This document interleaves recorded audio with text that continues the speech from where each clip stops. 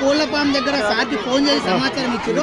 ఆయనను కూడా అనుమానితునిగా అంటే మీరు కొద్దిగా విచారణ చేస్తే అసలు ఆయన వాళ్ళ వైపు ఉన్నాడా లేకుంటే ఆయన కళ్ళతో చూసి చెప్పిండా మనకు అనేది క్లారిటీ రావాల్సిన అవసరం ఉందండి. ఇందులో ఎవరిని మన ఎట్టి పరిస్థితిలో దర్యాప్తు అనేది కంపల్సరీగా జరుగుద్ది. దర్యాప్తు జరిగిన తర్వాతనే ఏదైనా నిజ నిజాలు నిర్ధారణ అయిన తర్వాతనే చేస్తాము. మీకు కంపల్సరీగా హెల్ప్ అనేది చేస్తాము. అన్ని విధాలా మీకు కోఆపరేట్ చేస్తాము. మమ్మల్ని అర్థం చేసుకొని మీరు మాకు కోఆపరేట్ చేయండి. మీకు 100% హెల్ప్ చేస్తాం. సార్ ఇంత విషయం జరుగుతుందా? ఇప్పటివరకు ఎంపీటీసీ రాజీనామా ఒకసారి రాజీనామా చేస్తే అధికార పార్టీ కాబట్టి రాజీనామా చేసి తన కూతురు జరుగుతుంది ఏ విధంగా బాధపడతాడో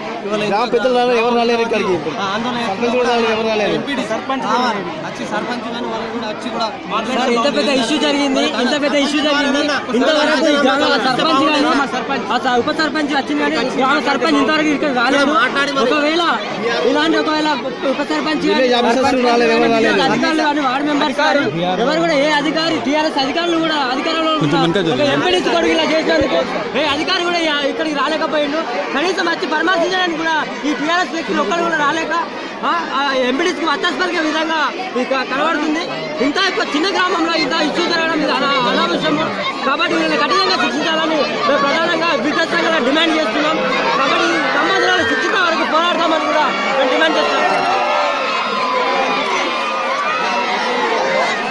ఇటువంటి విషయాల మాత్రం ఎట్టి పరిస్థితిలో టాలరేట్ చేసేయలేదు. చట్టం దృష్టిలో అందరూ సమానులే. ఎంత పెద్ద వ్యక్తి అయినా తప్పు చేసినట్టయితే దాని తప్పుగా పరిగణించబడింది. కాబట్టి న్యాయం ఏ విధంగా న్యాయ ప్రకారం కంపల్సరీ చర్య తీసుకోవడం జరుగుతుంది. పదవిలు ఉన్న వాళ్ళు ఇక్కడికి వచ్చి మాట్లాడితే మాకు ధైర్యం ఈ విధంగా ఉన్నారు. వాళ్ళ వివరణ ఇది పదవిలు ఉన్న వాళ్ళు వచ్చి మాట్లాడితే బాగుంటుంది. పెద్ద ఇష్యూ జరిగినప్పుడు